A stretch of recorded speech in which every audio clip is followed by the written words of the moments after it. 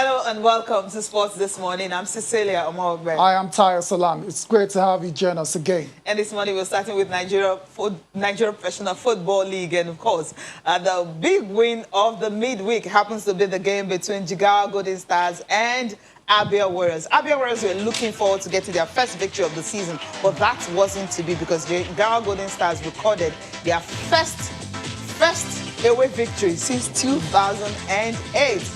And the receiving end happens to be Abia Warriors, who are yet to win a game this season. For Imama, well, you say his days are numbered. I don't know about his days being numbered, but it's not been a good start to the season at all for Abia Warriors. Unlike Abia Warriors, Heartland finally got the first win of the season. Very interesting game against Eimba, and they managed to get a very good win indeed. We'll be doing a comprehensive review of all match day 4 games later on the show. Also on Sport This Morning, Pochettino, our guy Mauricio Pochettino has won his first trophy as a manager after PSG defeated Olympique Marseille in the French Super Cup. Trust Neymar and of course Icardi to be on the score sheet for them to be able to win their first trophy of the season. And for Pochettino, well, all credit will definitely go to the man who put up this team and ensured that they won the league title last season. Don't forget Thomas Tuchel. Also on the program, yes, I mean, we've been waiting for this, but there is still reports say that Nets have actually acquired James Harden, but a blockbuster deal is something we'll have to break down for people to understand. I mean, how many players will have to go the other way, involving 4 teams, right? Wow. You have the Pacers, you have the Nets, and of course you have the Cleveland Cavaliers, Cavs all of them involved in the trade for just one man, James Harden, because he says he's done with the city. Yeah, I said it yesterday, Cecilia, that the beard was on his way to Brooklyn, and you thought, nah, it's on the Sixers. I thought maybe Sixers want to trade Ben Simmons or something. Yeah, which was always going to be very tough. Yeah. Doc Rivers very reluctant to let Ben Simmons go. So I knew that deal wasn't going to be possible. But Brooklyn, are they not sacrificing so much? They are sacrificing a lot. That's what we're starting off the show from. Cecilia, like you said, you mentioned 4 teams involved in this trade. That's what makes it mega. And yeah, let's try and look at the pieces going different ways. Like Cecilia said, the deal is still pending approval from the NBA. But, of course, the big story is James Harden is on his way to the Brooklyn Nets, where he's going to team up with Kyrie Irving and his former OKC teammate Kevin Durant. Of course, the Nets, there you go. They're also getting a 2021 second round pick. And for the Rockets, I mean, they're going to get Victor Oladipo. That's when Karis Levert will have to leave. It's the whole, I mean, let's try to break it down. So let's do it the players one that by Rockets one. will get once they let Harden leave. Okay. Now they're going to get Victor Oladipo, Dante Exum, the first 4 first-round picks and 4 net pick sweeps. That's all they're going to get from the Nets. So the Nets are sending that package that includes multiple player and draft picks and features guard Karis Levert, who was then traded to the Pacers for Victor Oladipo. Center Jarrett Allen and forward Terran Prince are headed to the Nets. From the Nets to the Cavs in the deal, while the Rockets receive Cleveland guard Dante Exum and Brooklyn forward Rondios Kurucs. Houston also receives Brooklyn's 3 unprotected first-round draft picks and a deal in 2022, 2024, and 2026, plus pick swaps in 2021, 2023, 2025, and 2027. The Rockets also get Cleveland's 2022 first-round pick via the Milwaukee Bucks, and Houston is sending a 2023 second-round pick to the Pacers. The mega deal, of course, I said, reunites KD and James Harden. Cecilia, I'm out of breath. Because it's a mega deal. But the bottom line is we potentially having a tantalizing trail in Brooklyn. that's going to depend on the state of mind of our guy, Kyrie. So let's not start celebrating too much because you never know what that guy is going to do next. But it looks great for the Nets, and you have to say if this deal pans out as it is, then they are bona fide title contenders. You don't have those three players. Yes, Cecilia, they are title contenders. Yeah, I know. But you don't have those three players on your team, and you don't compete for the title, because if you don't do that, the deal will go down as a bust, because you've traded so much draft equity for pretty much just one guy. It's pretty much one. Who is not going to be playing basketball. He's 31 already. In the next 5, 6, 7 years. Yeah, give or take. James Harden, he's not going to be in his prime in the next 5, 6, 7 years. Yeah, but he's not. It's crazy. LeBron. It's different from LeBron James. Exactly. Everyone is. But if you put in the works, we know how James Harden can play. We know what he can come up with. But his problem is Cecilia, you know what? Let's let the deal be approved. Surely, when it's done, we'll go more into detail on the dynamics of how it's likely to work with these three superstars in Brooklyn. Of course, let's leave that talk about the results of the games that were played last night and early this morning, starting with the matchup between the Dallas Mavericks and the Charlotte Hornets. It ended 104-93 in favor of Dallas. Luka Doncic with 34 points in that game. The Bucks also were on the winning side, 110-101 over the Detroit Pistons. Giannis with a triple-double in that victory. The Nets, of course, just before the story broke that James Harden was on his way to Brooklyn, they handled business against the New York Knicks 116-109. KD was a star in that game, scoring 26 points. The Timberwolves lost against the Memphis Grizzlies 118-107. Jonas Valanciunas was the star of the show for Memphis, scoring 24 points and grabbing 16 rebounds. Of course, the Lakers 128-99 over OKC. LeBron James 26 points on the night. Yeah, we'll come back to that again shortly. The Pelicans lost against the Clippers 111-106. The Blazers 132-126 over the Sacramento Kings, while the games involving the Utah Jazz, Washington Wizards, Magic, Celtics, Hawks, and Suns all postponed because of COVID. Cecilia. COVID-19 postponed. It's becoming. This is 3, 4, 5, or 7 games, 8 games more, now. More. Lost counts. Yeah, but it is what it is. It's the timing, but that's why more rules have been introduced. The players not allow visitors into their hotel rooms and all that. Then when they're not playing, they should stay in their home. And that's why everyone was actually upset when the video came out of one guy partying. Now good, without mask and anything. Okay, let's talk about this game. No mask, nothing more than 15 people. James had, we talked about LeBron James. James Harden, get out of my mouth. 26 points on the night.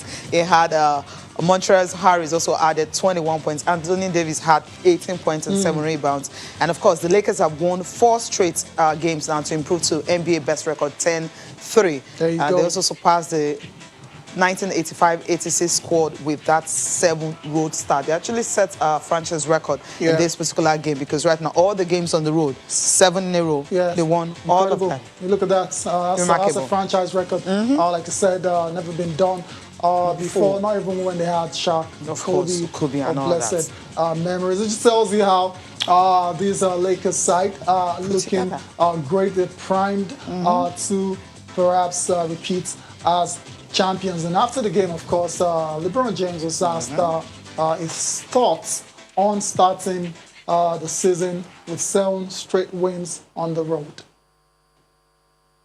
A bunker mentality when we go on the road. It's just us. And obviously it's even more just us because of the restrictions and the COVID and everything that's going on. So we come together even closer. So, we go on the road, we understand that it's going to be challenging and different because we're not home, staying in hotels and things of that nature. It just allows us to zero in even more.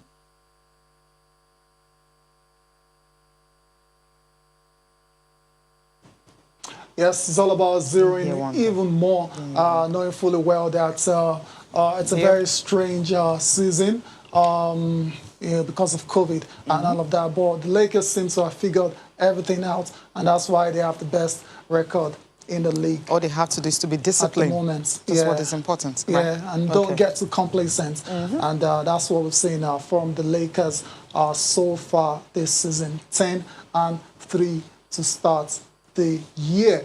All right, then. Let's look at the top performers, right? Yeah, let's see the guys that stood out overnight in the NBA. And it's just 4 of them, a couple on the winning side, starting with Luka Doncic, 34 points, 13 rebounds, and 9 assists for the Dallas Mavericks in a victory over the Charlotte Hornets. Giannis Antetokounmpo, 22 points, 10 rebounds, and 10 assists for Milwaukee in their own victory over the Detroit Pistons. Also, is Julius Randle, unfortunately, ended up on the losing side for the Knicks, 37-5. Of course, when you have last but the not big the boy least, KD, it's hard. Damian, your guy. He's always here. Yeah. 41-13. Portland Trail Blazers just trying as much as possible to keep winning. All right, before we go quickly, the Olympics. Yeah, the Olympics. I mean, Team GB, Shift the Mission, has been talking about, Mark England has talking about the fact that he's very confident that the Olympics will definitely go ahead. Despite all the talks and everything. So nothing's going to stop it. This thing might not go ahead, and that was just... There's just one more confidence. Yeah, I mean, because he knows things that we don't know, you know. So, anyways, let's get to hear from Mark England, sounding very, very confident that the Olympics will start very, very soon.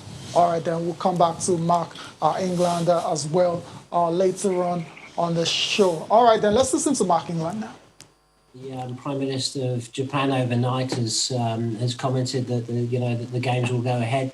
The IOC are very confident in their planning for the games to go ahead. The owners of the games and the host city of the games are fully behind the games taking place, and that is what gives us the confidence for it to be taking place later on this year. Coupled with obviously the international federations who effectively organise and manage the the individual championships within the Olympics. So, there's no reason for us today to suggest that 7 months from the games that they won't be taking place.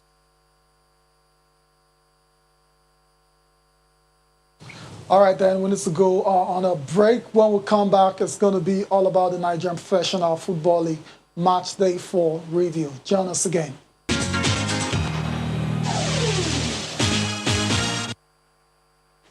You're welcome back to Channel Sport this morning. You can be a part of the show by talking to us via Twitter, channels_sports. That's where you can reach us. Tell us about your thoughts on Nigerian Professional Football League Match Day 4. First win for Heartland, but for Abia Warriors and Coach Imama Mapakabo, they're still winless after yet another defeat.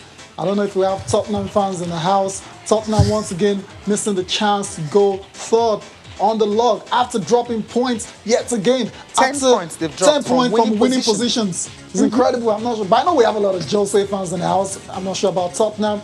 I mean, in Nigeria, you can let us know. What do you think is wrong with Tottenham? Why do they keep dropping these games? Basketball buffs. James Harden is on his way to Brooklyn to team up with Kyrie Irving and Kevin Durant. And does that make them title contenders? Do you think they can actually go head-to-head against the Lakers? Let us know your thoughts. We're trying as much as possible to take them before the show is over. We have a guest who's joined us, making a comeback of some sorts. Daniel Obugo has been away for a while now, but I'm glad to say he's now back. And bigger and better, right? Yes, thanks for having me. Happy New Year as well. I wish you the same. All right then, Cecilia, let's... All right, let's delve into Nigeria Professional Football League. Austin Okonakwan was to join us from London to have a review of it. But then let's start with results coming from the game. What happened? Okay, Austin is right here. Austin, how you doing? Good morning, Cecilia. Good morning, Fire. Good to be on the show. It's a beautiful day. I'm super excited to get to talk sports with you guys. All right. We're all Good to have you excited as again. well. Okay, let's just take a look at the results from what happened in the midweek of Nigeria Professional Football League, week 4. And of course, Adamawa and Nasarawa, it ended goalless. So you say it's a good one for Nasarawa going away from home to why pick up a not? point. Yeah. But the Kada and MFM, I'm so excited for them because it's hard for them to pick anything away from home. But they went all the way to Akwa Ibom and they got a point from there. Abia Warriors and Jigawa Golden Stars will take time to, talk about that game and all that because for Jigawa Golden Stars, well, how do you get 3 wins away from home at Abia Warriors, the team that recruited so well? But then the good thing is they won 3-0. And Sunshine and Lobby Stars, they ended 2-all. Somehow, it seems Lobby and Sunshine, okay, there's a story behind that. Kano Pillars and Plateau United. Yeah, Kano Pillars, of course, they had night, to win that one. Wicked Tories and Rivers. Rivers United lost for the first time after 4 matches. And Rangers and Ifeanyi Rangers winning. Kwara United and Akwa United, Akwa picked up a point away from home. Then the other games of the weekend, of the midweek, Heartland and Eimba. We expected Eimba to win this one convincingly, but Eimba, of course, they just couldn't. 2-0, and Heartland recorded their first win of the season, 3 points, and against the B2 rivals, Eimba. How well to actually get your first win of the season. Warren Wolves, of course, they were not smiling over Katsina. It was 3-0 in that. Now, quickly, before we talk about our match of the day, which is Kano Pillars and Plateau United, let me just ask you some few questions about Jigawa Golden Stars and Abia Warriors. That game, we were not expecting, I was thinking this is the time for Abia Warriors to actually get their first win. That was my expectation before that game. Like you said, I didn't expect it at all. When you look at it, Imama has been under pressure to win this match. So I felt, okay, this is the time for him to set things straight. But again, they had 5 chances, including the penalty. They lost it, and they couldn't convert those chances. And then, though they scored first, very early, so we're thinking, yes, it's time. Achibong, Yes, Achibong. So, just 7 minutes into the game. And we're feeling, okay, yes, this is the time for Imama's boys to, run them ragged. But then, it was a equalizer from them, and stoned them with 2 goals to make the match very, very, for them to reach any break for the match. So for me, I think it's going to be a lot of pressure for Imama. He's under, it's trouble for him now, so to speak. The heat is on. So I feel is on, indeed. He needs to maybe win the next match, but I know for now he's under a lot of pressure. Of course, okay. Under a lot of pressure. Austin, Austin, 4 straight losses to start the season. That's it's not a good one at all. And Coach Imama very well. How do you think he's handling the situation at the moment? I think he will be calm about it. He needs to sit down and see if it's a mentality issue with his team. I'm a big fan of Abia Warriors. I think they're a very decent side. They're very disciplined. They go out there, give their best. I thought they did so well in the Abia Derby against Eimba. We're quite unfortunate to have lost that one. First game of the season. Coach Imama is a very intelligent coach. He's not talking much. I'll try to put a call across to him today and ask him some questions. But I believe they'll bounce back. It's just a bad start. Losing your first 4 matches doesn't speak well, particularly the way they lost it yesterday. I came out boldly on social media to call it that Abia Warriors will win that match against Jigawa Golden Stars. I was coming off the bank that Jigawa Golden Stars lost in Kaduna to Rangers. And so they will not have that, momentum to play Abia Warriors in Aba. What do I know? Each time I try to act like I know football, I get Get humbled. Sorry. Particularly that they scored first, lost the penalty, and from the moment they lost the penalty in the 60th minute. And by the time they lost that penalty, Jigawa Golden Stars, stunned them. What a story. Fantastic result for the Nigeria Professional Football League. Bad for Abia Warriors and Coach Imama, but Jigawa Golden Stars. By the way, yes, they are lowly rated now because Jigawa Golden Stars only gained promotion to the league 2 seasons ago. They have a rich history of league football in Nigeria. They've got a pedigree. Bad management has been what has been affecting them, but I think they're beginning to pick themselves back up now. They won their first game this season against Kwara United, and now this one against Abia Warriors will motivate them. And if the state government puts in some more investment, they might just turn out to be a good team. Dark horse, Indeed. right? That's what you're looking at right here. Is that what you're saying? Because Imama, when you have a team, during the offseason, myself and Ty, we're always talking about Abia Warriors and of course Rivers United. Those teams are recruited so well. Abia Warriors had like 10 new players signed in. Is it that maybe they need time to really blend? Because we know how Imama is a very, very intelligent coach, as you mentioned. He's a good coach, and then you're having 10 new players coming into a team, another new coach and new players. Maybe they should give him time. With time, they might just blend and, put it together. No, they don't give you time, Cecilia. Coaches are hired and they're fired if they don't get the results because they've already lost 4. How much time do you want to give? Exactly. Yes, I agree that sometimes when you recruit so much, you have a problem with your players blending, particularly when you look at what he has in midfield. And I think that's a midfield that can perform without Ritachiba and the likes that they got from Aimba. They got Ojolo Releke also, who is in goal for the team. Look, I keep telling my friends in the football world that there's something COVID has done now. It's refreshed everything. So anybody can beat anybody now, as long as you go out there and show that you want that win. So let's see what Coach Imama can do to bring this team back to winning ways. I still believe that he's got a good team. I still believe that he's a good coach that can go out there and turn things around. But then it will get tougher for them. They have another, more like a derby, because they matched the 5 fixtures against FC Fine Uba. FC Fine Uba lost to Rangers and lost yesterday to Rangers. All right. It's going to be a very tough one for Abia Warriors because FC Fine Uba needs to win. All right, then let's leave Abia Warriors. Let's go to a standout match of week 4 between Plateau United and Kano Pillars. That game ended 1-0 in favor of Pillars. Rabiu Ali gets in the goal in that game. We're seeing pictures are coming from the match. It was from the penalty spot, and the coach has had some very interesting things to say about that decision. But Daniel, Pillars are getting one over Plateau. Yes, a very good one for Pillars, but for me, my opinion though, I don't think that should have been a penalty. Okay, you're going along with the coach? Yes, I don't think that should have been a penalty because, just a shovel and, but again... Yeah, but that's the conversion there from Rabiu Ali. Rabiu Ali, Mr. Reliable, always there for them, and he had to convert... and it was quite late in the game. They lost a lot of chances as well. Yeah, they should have buried the game maybe with 2, 3, 4 goals, but, it's like a Northern derby, so when you look at it, but good one for Kano Pillars, and I think Mr. Reliable, Rabiu Ali is, taking as in the onions is on him to deliver. So I think he's doing a good job. Okay. But for me, I still don't think that was a penalty. Okay. Let's get the post-match reaction coming from the coach. Yeah, exactly. He's obviously not happy about that. Kano Pillars coach first before listening to our party. Okay. Kano Pillars is better than Plateau. We have more play football.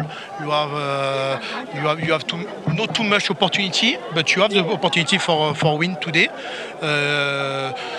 You have less tempo than the last game with Nasarawa, but it's good. Win home and draw away. It's very good for us. 8 points now is very good. I am very happy with the player.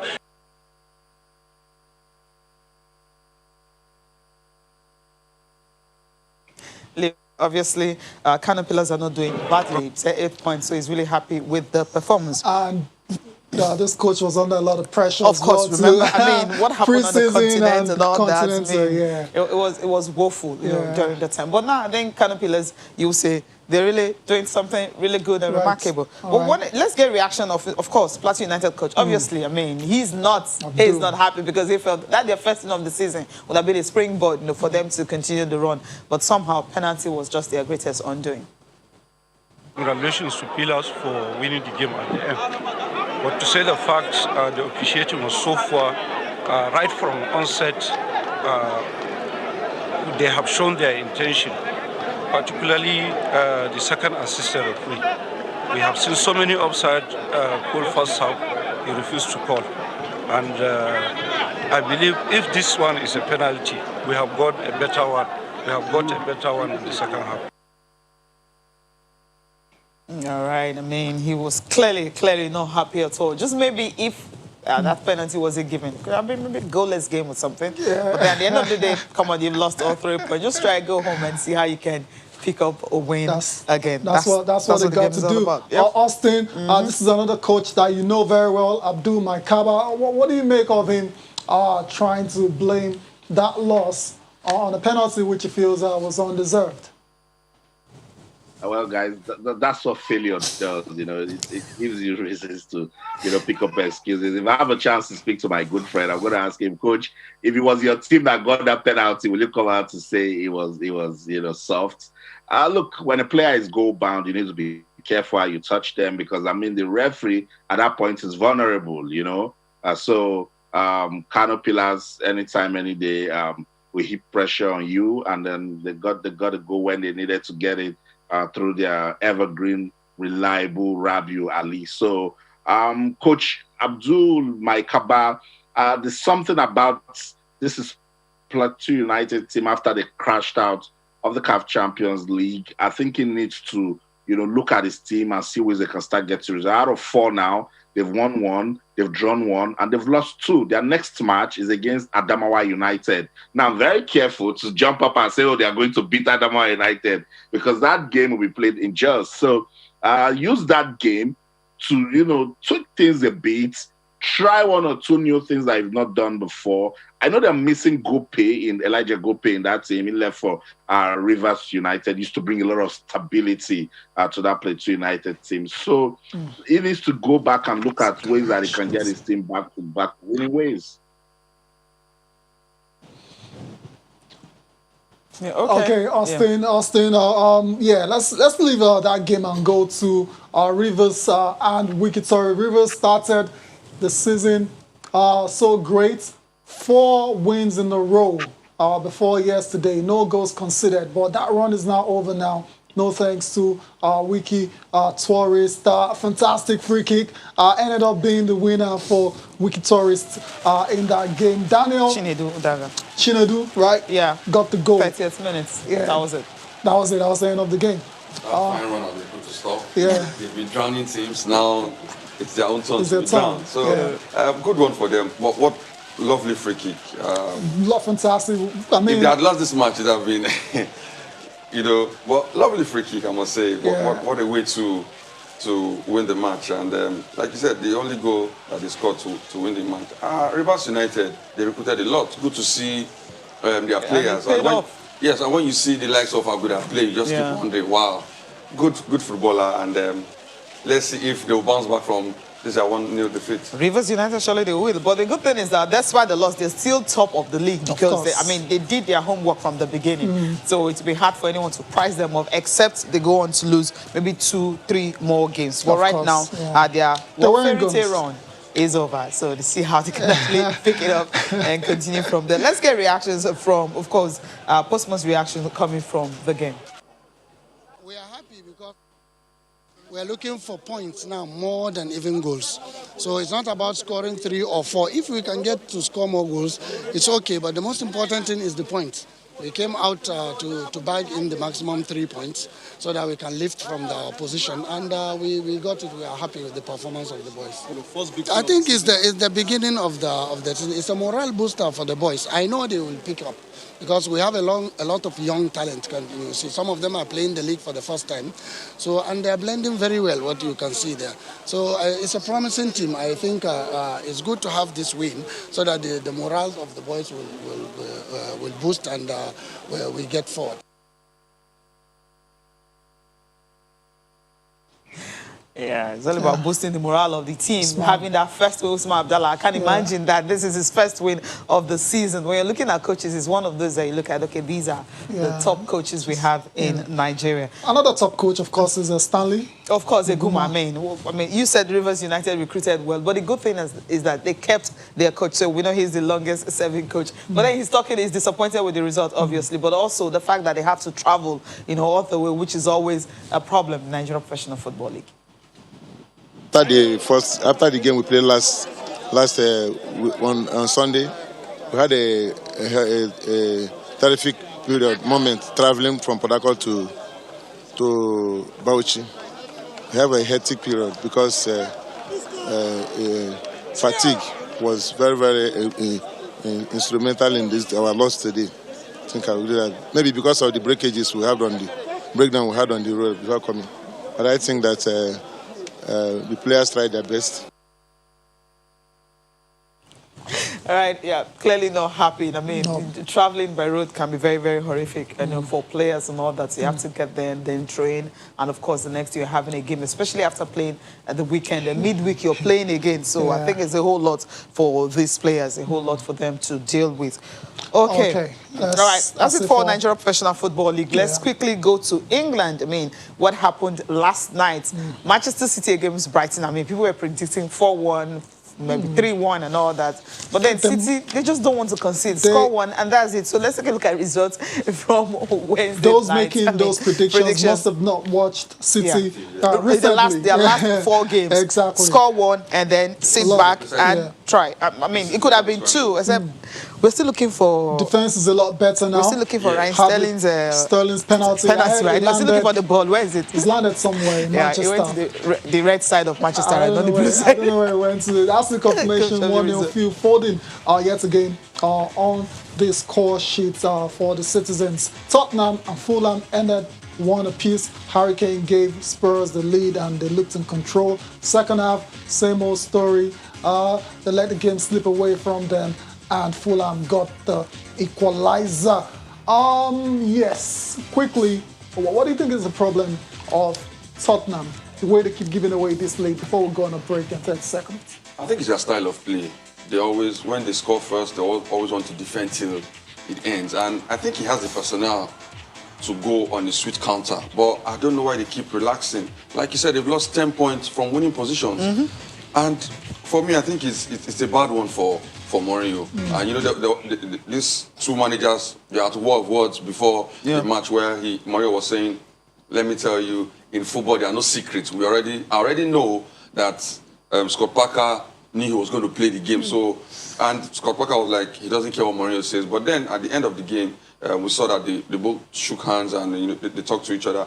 But I just feel this Mourinho's tactics, I think it won't work this time. You think it's just a tactics situation because in that game, Kane missed chances, Son missed chances, chances he would normally take. You think it's just tactics or is a mentality? I think it's tactics. If you look at it, I think Son's goal, the missed one that hit the bar, I think that was the only clear-cut chance they had. Hurricane missed a header right in front of the goal post. Hariola made a fantastic save of Son in the first half, right there, point blank. So they keep having the chances and they're not taking it. And in the second half, like I said, something happens and they just let the game slip away from them. Daniel, you continue your thoughts on Tottenham and Jose after this break. When we'll come back as well, so we'll listen to what Jose Mourinho and Scott Parker have been saying. Join us again. Ivan Cavallero getting the late equalizer for Fulham in that game against Tottenham. Austin, Daniel was talking about tactics. I'm thinking more about in-game management. I mean, Spurs scored first. The second goal evaded them despite creating clear-cut chances. Second half, the game starts to slip away from them, and you're looking towards the bench to see what Jose is going to do. It does absolutely nothing. Leaves the changes so late. They consider equalizer, and they try to play again, but then it's too late. They end up dropping 2 points. We've seen it in not 1, not 2, 3, 4 games this season. Wow. And that's why I think Jose is trying to, you know, charge this team that they have to be better and be consistent. But yes, Ty, I agree with you. Let's give him some knocks this morning because that got to a point where he needed to show some tactical discipline. I think they underrated Fulham, you know, and that's what happened. They were a bit complacent because look at when they got their goal and when Fulham scored, I'm sure they were just overconfident that they were going to win. What Tottenham forgot to check is to see how terrible they were in December, and they would have given that game more priority because we mentioned that they lost 10 points. Out of a possible 15, Spurs only gathered 5 points in December. They started January well by beating Leeds 3-0, but with this result now to Fulham, a struggling Fulham that has gathered just 2 wins this season and struggling at the relegation zone, you don't expect Tottenham. If Tottenham should look at where Manchester United is on the table, look at where Manchester City is right now on the table, then they should be ashamed of themselves, because the numbers of draws that they've gotten in December has put them where they are.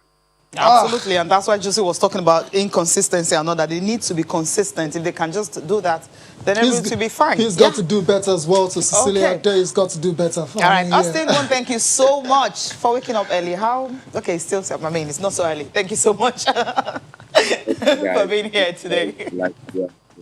All right. Enjoy Okay. the rest of your day, Austin. Before we look at the papers, let's talk about our guy, Mauricio Pochettino. Yes, his Finally, first trophy. Daniel, you can't no longer say, oh, this guy's never won Sometimes a you just trophy. have to reap where you did not sow, right? Exactly. I mean, it's not all the time you have to sweat and sweat and sweat. Just take the goodies. That's a bit harsh. I mean, he managed this final against Marseille, so give him a bit of credit. Of course, the last chunk goes to Thomas Tuchel.